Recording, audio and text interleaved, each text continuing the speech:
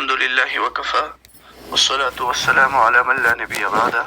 اما بعد، د حیض او د نفاس درس شروع کوو او دې کې د حیض او نفاس او د استحاضې تعریفونه دې ته به انشاءالله ضرورت نه وي، دا ټولو ملګرو ته معلوم وي او نو د دې وجې نه د هغې تعریف نه پس چې کوم ضروري اسباق دي هغه به ووایو انشاءالله. یوه خبره خو دا یاد ساتئ چې د سپینوالي نه علاوه د حیض په موده کې کوم رنګ هم ښځې وکتو نو دا به حیض شمارلی شي. که هغه سور وي، تور وي، شین وي، چې کوم رنګ هم وي د سپینوالي نه علاوه دا به د حیض رنګ وي. یا سپینوالی راشي، سپین رطوبت راشي، او یا بلکل دا ښځه صفا شوه نو اوس به موږ وایو چې دا د حیض نه پاکه شوه. او بله خبره دا یاد ساتئ چې د دې رنګ اعتبار دا د لوندوالي په حالت کې دی، د خشکېدو نه پس اعتبار نشته. مثلا شین رنګ راغلو، هغې ټیم کې شینو او بعد کې سپین ښکارېدو، نو اوس دا بعد کې چې خشکېدو نه پس سپین ښکاري دې ته اعتبار نشته. د لوندوالي په حالت کې سپینو او چې اوس شو نو اوس زیړ ښکاري نو اوس ورته اعتبار نشته. مخکې سپینو نو دا حیض نه پاکه ده، مخکې زیړو اوس سپین دی نو زیړو دا د حیض رنګ دی، اوس سپین دی نو دې ته اوس اعتبار نشته. یعنی د خشکېدو نه پس د دې رطوبت د خشکوالي نه پس دې ته به اعتبار نه وي، بلکې کوم ټیم کې چې دا تر وي، لوند وي، د هغې حالت ته به اعتبار وي.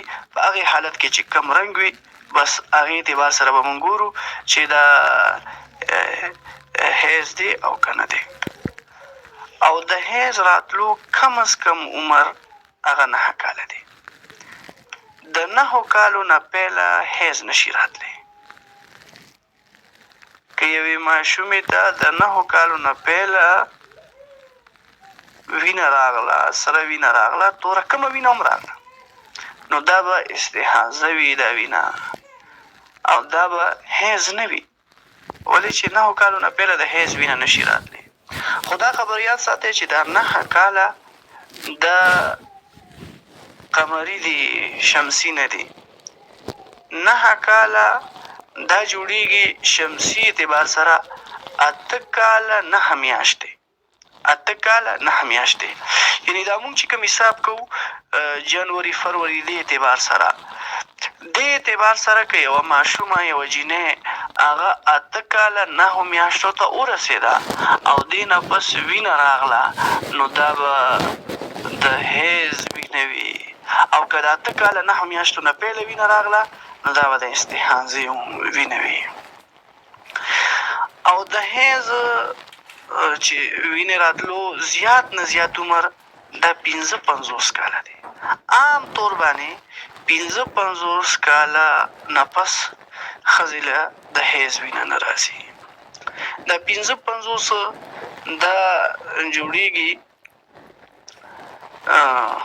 دا 550 ورځې کم 55 سال جوړیږي، 550 ورځې کم، نو دا تقریبا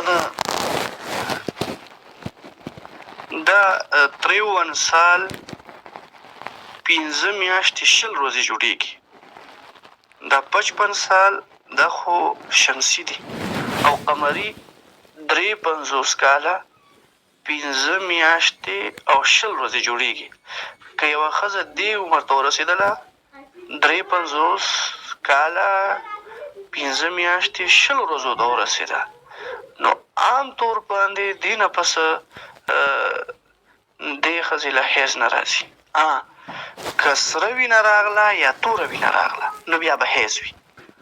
که دا کومه د 55 سال ښځه ده قمري اعتبار سره، شمسي اعتبار سره، نه قمري اعتبار سره 55 سال او شمسي اعتبار سره 53 سال 5 مهینې 20 دن، دا دې عمر ښځه چې کومه وي که دې ته سره وینه یا توره وینه راغله، ښه سره ده او ښه توره ده، دا وینه راغله نو بیا حیض دی.